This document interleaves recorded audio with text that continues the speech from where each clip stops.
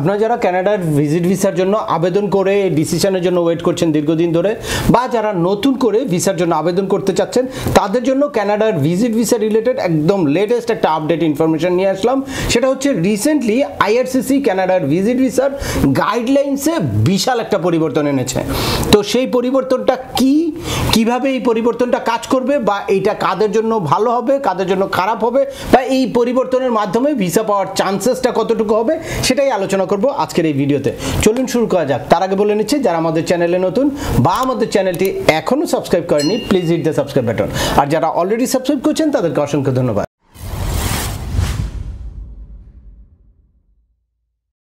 Business tips 360 চ্যানেলের পক্ষ থেকে আপনাদের সবাইকে স্বাগত জানাই। আমি সিএম আমিনুল বাহার। আমাদের এই চ্যানেলে বিশ্বের বিভিন্ন দেশের শ্রমবাজার, পড়াশোনা, ভিজিট এবং মাইগ্রেশন সংক্রান্ত বেশ কিছু আপডেটেড ইনফরমেশন আছে। আপনারা যারা যেই টপিকস ইন্টারেস্টেড, দয়া করে ওই রিলেটেড সকল ভিডিওগুলো দেখবেন। এরপর ছোটোখাটো প্রশ্ন থাকলে ভিডিওর নিচে কমেন্টস করবেন।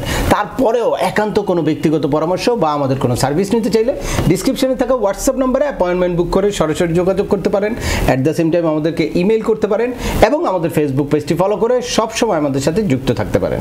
এই নিয়ে চলে আসে আজকের মূল আলোচনায়। আপনারা রিসেন্টলি দেখেছেন বিভিন্ন মিডিয়া কাভারেজ পেয়েছে বা বিভিন্ন ইউটিউব চ্যানেলে অলরেডি বিভিন্ন রকম এইটা নিয়ে কথাবার্তা শুরু হয়েছে যে কানাডার ভিজিট ভিসায় বড় ধরনের একটা চেঞ্জ আসছে রিসেন্টলি। এরপর থেকে আর মাল্টিপল এন্ট্রি ভিসা দিবে না, সিঙ্গেল এন্ট্রি করবে বা শর্ট টার্ম করবে, এরকম বিভিন্ন ইনফরমেশন বিভিন্ন জায়গায় কিন্তু আপনারা দেখতে পাচ্ছেন। তো আমি একদম ক্লিয়ার করে দিব যে এই চেঞ্জেসটার কারণে আপনাদের কি এফেক্ট করবে বা আসলে কি ধরনের পরিবর্তন এসেছে। তো এইটাকে আমি আসলে খুব বেশি অরিড হওয়ার কোনো কারণ দেখি না। কারণ হচ্ছে এর আগে আপনারা জানেন যে কানাডা যদি ভিজিট ভিসা দিত, সেটা কি একটাই অপশন ছিল, বা যেটাকে টেম্পোরারি রেসিডেন্স ভিসাও বলে। তো এটার একটাই অপশন ছিল, সেটা হচ্ছে 10 ইয়ার্সের মাল্টিপল এন্ট্রি ভিসাটা হবে। আপনার পাসপোর্টের মেয়াদ যদি 2 বছর থাকে, 3 বছর থাকে, 4 বছর থাকে, তাহলে পাসপোর্টের মেয়াদ শেষ হওয়ার 1 মাস আগ পর্যন্ত ওইটা দিবে। অথবা পাসপোর্টের মেয়াদ যদি আপনার পুরো 10 ইয়ার্স থাকে, তাহলে 10 ইয়ার্সের মাল্টিপল এন্ট্রি হবে। এই ছিল হচ্ছে কানাডার ভিসার একটাই, মানে ভিজিট ভিসা বা টেম্পোরারি রেসিডেন্স ভিসার একটাই সিস্টেম। এর থেকে কম অর্থাৎ 6 মাস, 8 মাস, 10 মাস, 12 মাস, 5 বছর, 2 বছর, 3 বছর এরকম কোনো দেওয়ার কোনো অপশানই ছিল না। যার কারণে কানাডা যদি ভিসা দিত তাহলে 10 বছরের দিত, না দিলে কোনো রকম কোনো ভিসাই দিত না।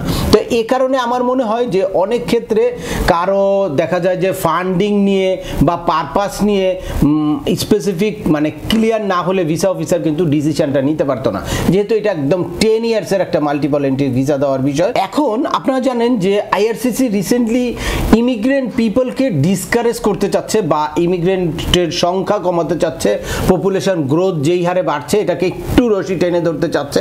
সে কারণে অনেকেই ভিজিট ভিসা লং টাইমের থাকলে, 10 ইয়ার্সের থাকলে অনেকে কি করে, যদি আপনার প্রোফাইলটা ভালো থাকে, সব কিছু যাচাই বাছাই করে দেওয়ার পরেও সে 10 বছর কিন্তু একটা লম্বা সময়, এই সময়ের মধ্যে তার যে কোনো ধরনের চেঞ্জেস আসতে পারে। আর ওই চেঞ্জেস আসলে তখনই কিন্তু সে কানাডাতে গিয়ে অ্যাসাইলাম করা বা রিফিউজি ক্লেম করা বা বিভিন্নভাবে অবৈধভাবে থাকার চেষ্টা করতে পারে। এই কারণে তারা কি করছে যে এই ভিসাটা এখন অল্প সময়ের দিবে, 10 ইয়ার্সের সবাইকে দিবে না।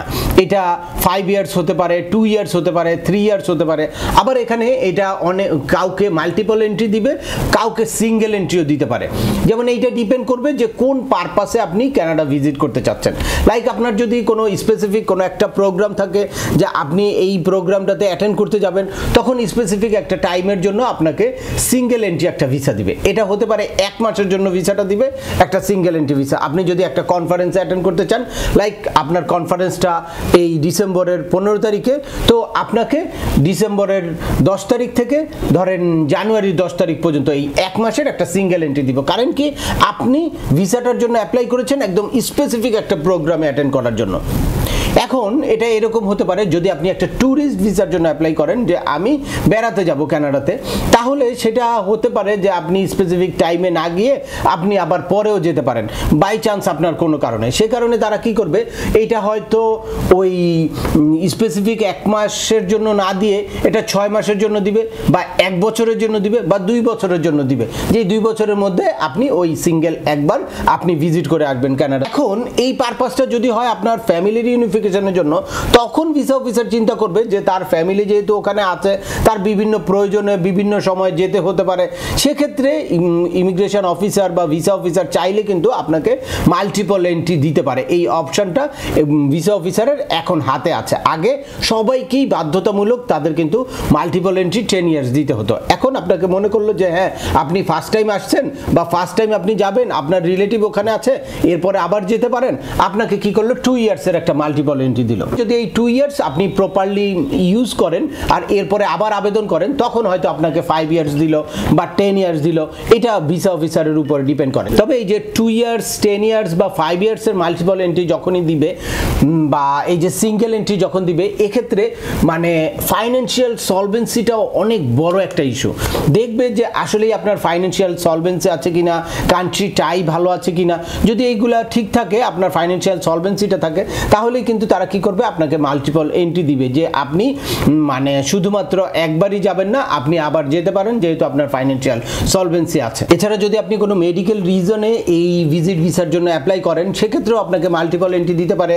আপনি কোনো ডক্টর দেখাতে যাবেন, আপনার আরও কয়েকবার ডক্টর দেখাতে হতে পারে, এই জিনিসগুলো বিবেচনা করে সেক্ষেত্রেও কিন্তু আপনাকে মাল্টিপল এন্ট্রি দিতে পারে। এর বাইরে আপনার যদি কোনো বিজনেস রিলেটেড ইস্যু থাকে, কোনো বিজনেস মিটিংয়ে যাবেন, আপনি কোনো বায়ারের সাথে মিট করবেন, বা আপনি কোনো এক্সপোর্ট ইম্পোর্ট বিজনেসের সাথে জড়িত, আপনি ওখানের কোনো কোম্পানির ডিলার, আপনার রেগুলার যেতে হতে পারে, তাহলেও আপনাকে কিন্তু মাল্টিপল এন্ট্রি ভিসা দিতে পারে, যেহেতু আপনার বারবার প্রয়োজন হতে পারে। কিন্তু সিঙ্গেলি স্পেসিফিক প্রয়োজনে যারা কানাডা ভিজিট করতে চাইবে, তাদেরকে কিন্তু সিঙ্গেল এন্ট্রি দিবে এবং শর্ট একটা টাইমের জন্য। এই নতুন চেঞ্জেসটা এক্সিকিউশন হবে 24 নভেম্বর থেকে, অর্থাৎ নভেম্বর 25-এর পরে যারা নতুন করে আবেদন করবেন, তাদের মানে আবেদন অ্যাপ্লিকেশনটা রিভিউ করার ক্ষেত্রে তারা এই জিনিসগুলা বিবেচনা করবে। নিউ চেঞ্জেসটা এক্সিকিউশন হবে নভেম্বর 24 থেকে, অর্থাৎ এর আগে যারা অ্যাপ্লিকেশন করেছেন তাদের অ্যাপ্লিকেশনে কোনো রকম কোনো প্রভাব পড়বে না নতুন এই চেঞ্জেসের কারণে, বা যাদের অলরেডি ভিসা আছে তাদের ভিসার ক্ষেত্রেও কোনো রকম কোনো পরিবর্তন আসবে না এই নতুন রুলসের ক্ষেত্রে। শুধুমাত্র 24 নভেম্বর 2024-এর পর থেকে যারা নতুন করে আবেদন করবেন তাদের ক্ষেত্রেই এই নতুন চেঞ্জেসটা মানে স্পেসিফিকভাবে এফেক্ট করবে, বা সেই অনুযায়ী নতুন করে ডিসিশন নেবে। তো এখন আসি যে এই নতুন চেঞ্জেসের কারণে আমরা যারা ভিসার জন্য নতুন করে আবেদন করতে চাই, তাদের কি সুবিধা হবে বা কাদের অসুবিধা হতে পারে। তবে আমি মনে করি যে এখানে অসুবিধা হওয়ার কোনো কারণ নাই। আপনি যদি আপনার স্পেসিফিক পারপাসটা প্রপারলি মানে তুলে ধরতে পারেন, তাহলে আপনার মাল্টিপল প্রয়োজন হলে আপনি মাল্টিপল পাবেন, আর সিঙ্গেল প্রয়োজন হলে সিঙ্গেল পাবেন। প্রয়োজনটার উপরে ডিপেন্ড করে। তবে অবশ্যই আপনাকে একটু বুঝাতে হবে, যদি আপনার মাল্টিপল এন্ট্রি ভিসা প্রয়োজন হয় তাহলে কেন আপনাকে মাল্টিপল এন্ট্রি ভিসা দরকার, সেই জিনিসটা একটু স্পেশালি 2 লাইনের মাধ্যমে কভার লেটার বলেন, এসওপি বলেন, বা অ্যাপ্লিকেশনের কোনো জায়গায় হোক, যে কোনোভাবে আপনাকে বুঝাতে হবে যে আপনার মাল্টিপল এন্ট্রি দরকার। আর যদি আপনার স্পেসিফিক ওইরকম কোনো প্রয়োজন না থাকে, তাহলে সিঙ্গেল এন্ট্রি। এখন আপনারা যারা একবার কানাডার ভিজিট ভিসা পাবেন, তারা কিন্তু এর পরবর্তীতে যখন আপনি ভিজিট করে আসবেন, তারপরে আবার আবেদন করলে খুব সহজেই কিন্তু কানাডা ভিসা দিয়ে দিবে, যদি আপনি প্রপার ইউটিলাইজ করেন। আর যদি আপনি প্রপার ইউটিলাইজ না করেন, তাহলে পরবর্তীতে আপনাদের ভিসা পাওয়ার চান্সেসটা কিন্তু কমে যায়। তো সে কারণে আমি বলবো যে আগের থেকে এখন কম্প্যারেটিভলি একটু সহজ হওয়ার কথা, কারণ এখন একজন ভিসা অফিসারের রেসপন্সিবিলিটিটা কিন্তু অনেক কমে যাচ্ছে। একটা ডিসিশনের ক্ষেত্রে সে চাইলে 1 মাসের একটা সিঙ্গেল এন্ট্রি ভিসাও দিতে পারছে।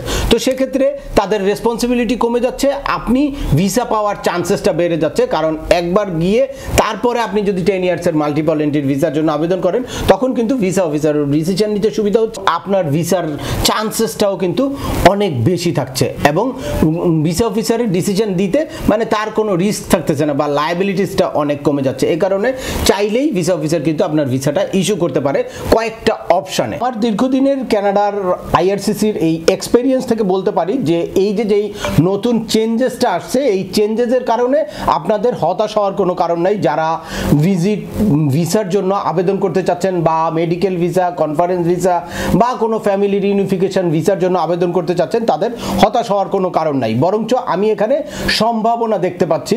মানে এই চেঞ্জেসের কারণে ভিসা অফিসারের হাতে বেশ কয়েকটা অপশান থাকলো। সুতরাং মানে যারা আপনারা ভিসার জন্য আবেদন করবেন, তাদের ভিসার রেশিওটা বাড়বে কম্পারেটিভলি। এটা হোক সিঙ্গেল এন্ট্রি বা হোক অল্প সময়ের মাল্টিপল এন্ট্রি, এন্ট্রি বা লং টাইমের মাল্টিপল এন্ট্রি। তবে আপনারা যদি প্রপারলি আপনাদের ভিসার অ্যাপ্লিকেশনটা সাবমিট করতে পারেন, আপনাদের অ্যাপ্লিকেশন ফর্মটা প্রপারলি ফিল আউট করতে পারেন এবং সাপোর্টিং ডকুমেন্ট প্রপারলি দিতে পারেন, তাহলে এখনও কিন্তু 10 বছরের মাল্টিপল এন্ট্রি ভিসা নেওয়ার চান্স আছে। সুতরাং আপনারা সঠিকভাবে একদম রিয়েল এক্সপার্ট প্র্যাকটিক্যাল এক্সপিরিয়েন্স যাদের আছে তাদের মাধ্যমে আপনাদের ভিসার জন্য আবেদন করবেন এবং যেন তেনভাবে কোনো কন্টাক্টে ভিসার জন্য আবেদন করবেন না। এ ব্যাপারে আমি সবাইকে আবারও রিকোয়েস্ট করছি, কারণ কানাডার ভিসার জন্য একবার যদি আপনি আবেদন করেন আইআরসিসিতে কিন্তু আপনার ফুল রেকর্ডটা থেকে যায়। তো সুতরাং ডাটাবেসটা যেইভাবে থাকে পরবর্তীতে সেইটার ধারাবাহিকতা রক্ষা করে তারপর কিন্তু আপনাদের আবেদন করতে হয়। তো আপনাদের ফার্স্ট অ্যাপ্লিকেশনটা হচ্ছে আপনাদের বেস। তো এই বেসটা যদি নষ্ট করে ফেলেন তাহলে পরবর্তীতে যত এক্সপার্টই হোক আপনার ভিসা পাওয়ার চান্সেস কিন্তু কমে যায় যদি প্রপারলি আবেদন করে না থাকেন। আর ফার্স্ট অ্যাপ্লিকেশনটা যদি কোনো এক্সপার্টের মাধ্যমে প্রপারলি আবেদন করে থাকেন তাহলে আপনার বেসটা স্ট্রং হবে। রিফিউজ কিন্তু হতেই পারে, আমাদের দেশের সার্কামস্টেন্সে বা আমাদের দেশের মানুষ যেহেতু প্রচুর ভিসার মানে মিসইউজ করে, দ্যাটস ওয়াই সব কিছু ঠিক থাকার পরেও রিফিউজ হতে পারে।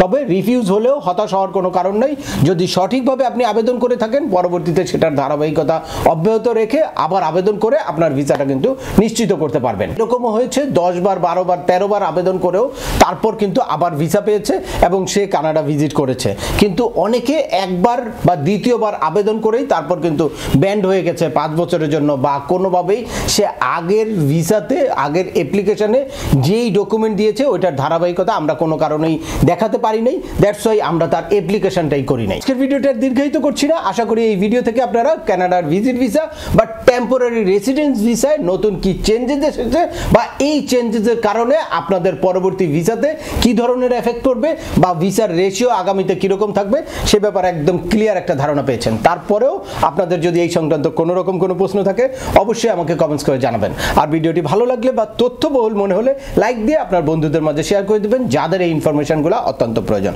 আবার দেখা হবে নতুন কোনো গুরুত্বপূর্ণ টপিকস নিয়ে। সে পর্যন্ত সবাই ভালো থাকবেন, সুস্থ থাকবেন এবং আমাদের চ্যানেলের সাথেই থাকবেন। আল্লাহ হাফেজ।